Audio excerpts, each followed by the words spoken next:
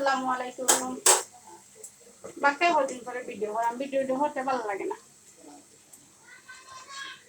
তখনকে rice রাঁধছিলাম, sorry rice না, দুপুরে রাঁধছিলাম লম্বা কচু দিয়া ইসা মাছ দিয়া।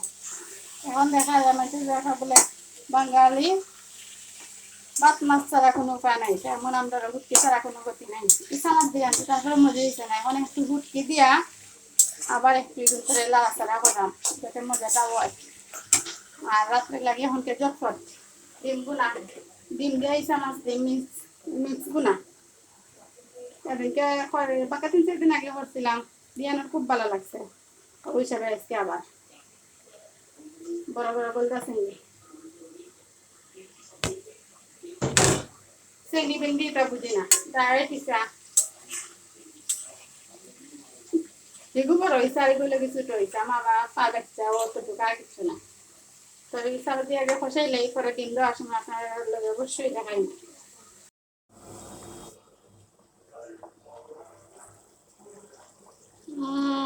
তোমার তো কিচ্ছু দেখা যায় না।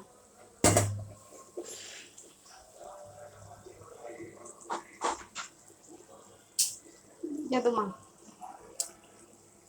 কত সুন্দর হয়েছে তরকারির কালারটা, একটু দেখাই। হয়েছে গিয়া জটপট রান্না, ডিম বুনা আর ডিমার লাগিয়ে দিছি বটা বটা চিংড়ি, চেঙ্গি চেঙ্গি মজা করলাম চিংড়ি আর গোটা ডিম। আমি ডিমরে সিদ্ধ দিছি না, কুচ করার মতন মশলা দিয়ে আইছি। আর ওদিনকে প্রায় 3-4 দিন আগে রান্ধিছিলাম, রিয়ানোর খুব পছন্দ হয়েছিল তরকারিটা, লাগে আজকে আবার রান্না। ধন্যবাদ। ঝটপট রান্না।